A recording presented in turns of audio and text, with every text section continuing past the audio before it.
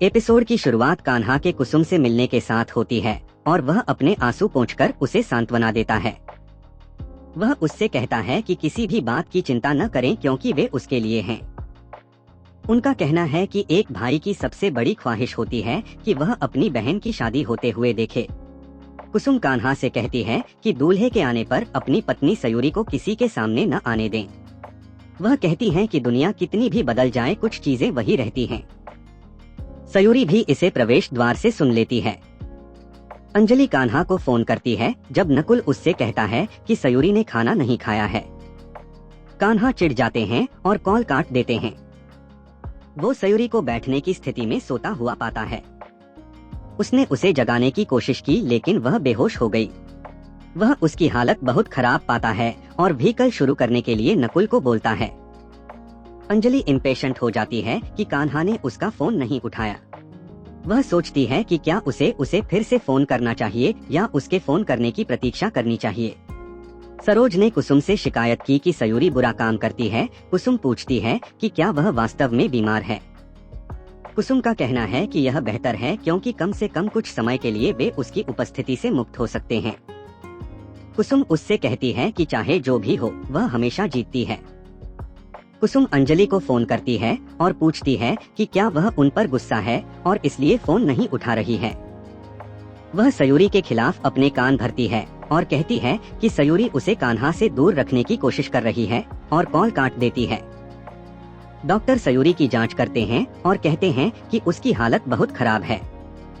वह कान्हा को यह कहते हुए डांटता है उसने सयूरी का ख्याल नहीं रखा। उनका कहना है कि अगर वे अभी नहीं मानते तो स्थिति और खराब हो सकती थी। सयूरी का परिवार वहां आता है और उसकी हालत देखकर रोने लगता है। सयूरी की रक्षा करने के अपने वादे में विफल रहने के लिए उसकी मां कान्हा का सामना करती है। डॉक्टर सभी को जाने के लिए कहता है क्योंकि केवल एक ही उसके साथ रह सकता है। कान्हा सयूरी मां से विनती करता है कि वह उसे सयूरी के साथ रहने दे और उसकी देखभाल करे। हर कोई चिंतित है जबकि कान्हा पूरी रात सयूरी का ख्याल रखते हैं। सयूरी को पैनिक अटैक होता है और कान्हा तुरंत डॉक्टर को बुलाते हैं। डॉक्टर उसका इलाज करते हैं जबकि कान्हा उसके लिए प्रार्थना करते हैं। कुसुम सरोज से कहती है कि सयूरी का परिवार वापस आ गया और कहती है कि ऐसा लगता है कि कान्हा उसके साथ रह रहा है। सरोज का कहना है कि सयूरी इतनी आसानी से नहीं मरेगी। धनराज यह सब सुनता है और अपनी सारी दवाइयाँ फेंक देता है जो उसके पास थी। सरोज इसके बारे में पूछता है जिसके लिए धनराज उसे दोहराता है कि एक दिन की दवाई नहीं ली तो वो मर नहीं जाएगा। सरोज उसे ऐसा न कहने के लिए कहती है और प्रार्थना करती है कि उसकी बातें सच न हो।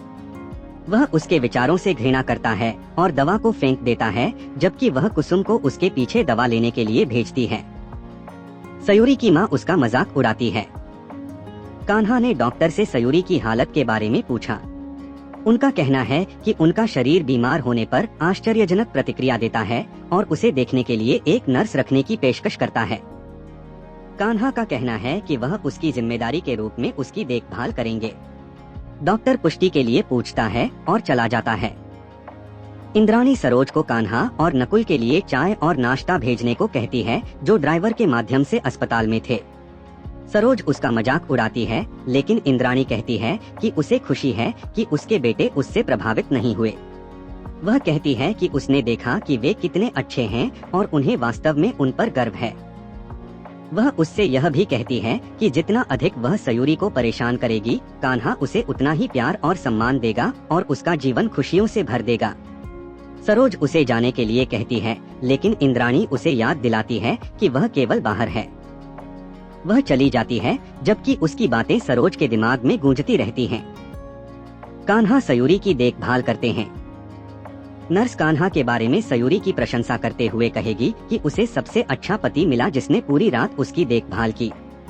घर आते ही कान्हा सयूरी के कंधे पर सो जाएंगे। परिवार सयूरी के लिए एक अलग किचन स्थापित करेगा ताकि सरोज को अब और परेशानी न हो। सरोज गुस्से में किचन का सामान तोड़ देती है।